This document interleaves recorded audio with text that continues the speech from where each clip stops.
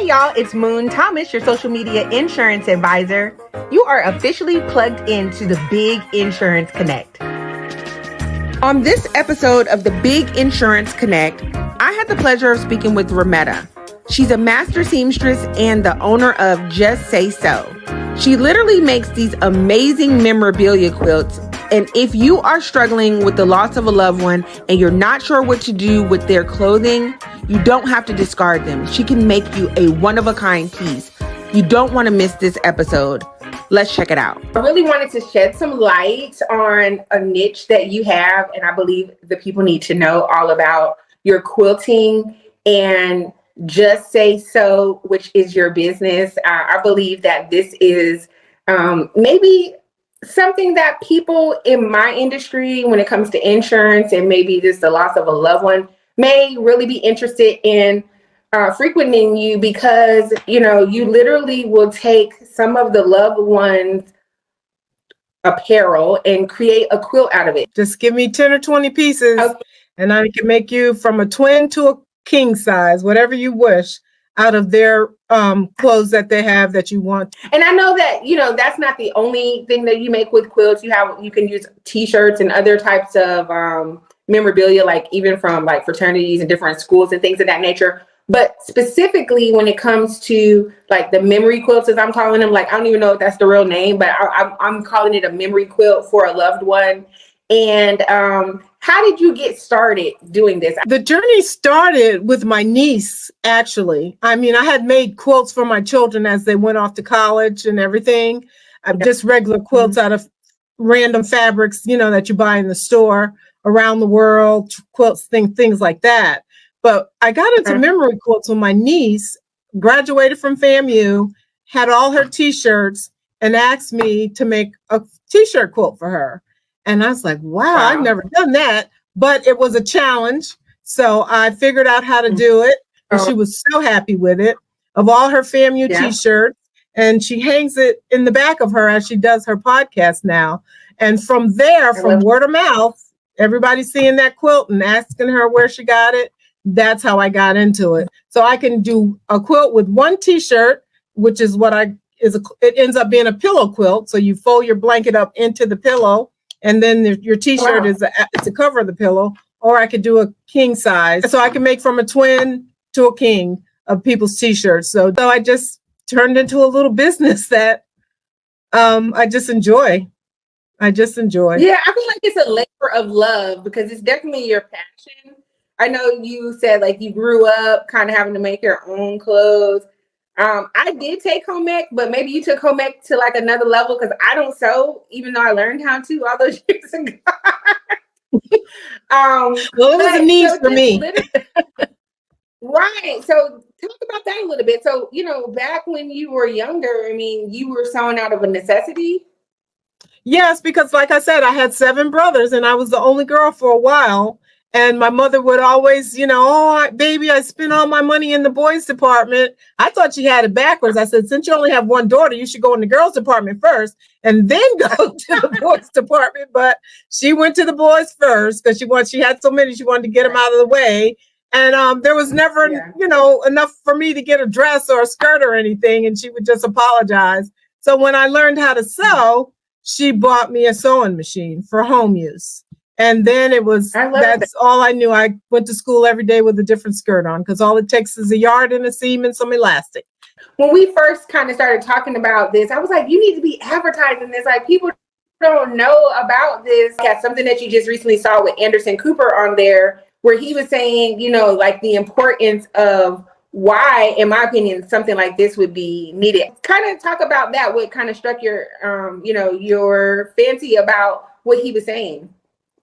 Well, I was just on the internet, just browsing, and I saw a podcast with Anderson, and he was saying how he lost his father, his brother, and then his mother. And when he went to clean out the house of their things, he said he had a hard time parting with a lot of the things that belonged to them because he didn't want to get, you know, you just felt like you're just tossing them aside. And I kind of felt what he felt. And I said, you know what? That's why I do my memory quilts, because you can salvage that some of their things and turn it into a quilt or a pillow or something that you have to remind you of them, or something you could hold on to or wrap up in when you feel like you need to be close and, and just be warm with them. And that's what the memory quilts do. It's that warmth, and it's theirs, and they wore it,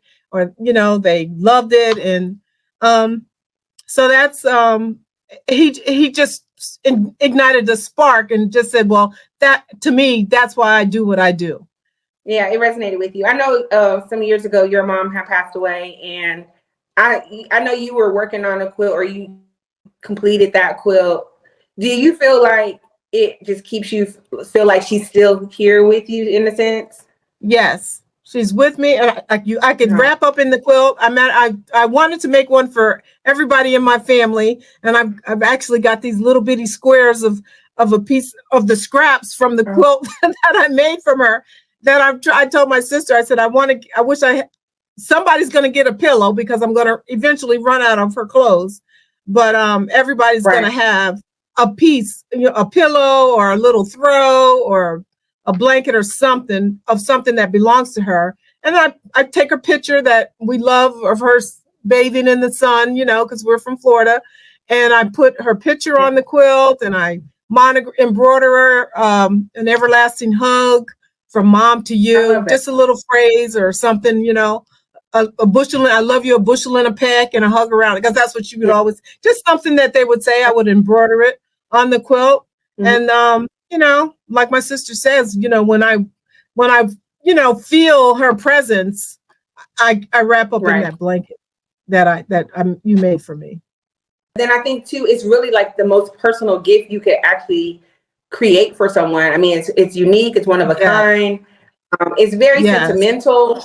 I can see why, these are like somewhat priceless types of, memory pieces. But I really wanted to just shed some light on this, because I think when, someone does pass away, maybe this is the last thing that you're thinking about, or maybe it's the one thing that you're kind of going back and forth with, like, what do I do with some of their things? And I'll make you a nice little quilt out of them. Yeah. And surprising, it's not just women, it's men. I mean, and that's what struck me with Anderson, because in the past year or two, I've had more men come with, my grandmother passed, or, somebody close to them that they really felt a strong bond with, and they wanted a quilt. They wanted something that they could remember them by and keep with them at all times. And you just pack it up and take it with you wherever you go. You don't have to leave it behind or anything. So what's the process? I know if someone did want to get a quilt, they'll, get the pieces together that they want. And then do you design one piece? I'll ask them a few questions, like, what was her favorite color?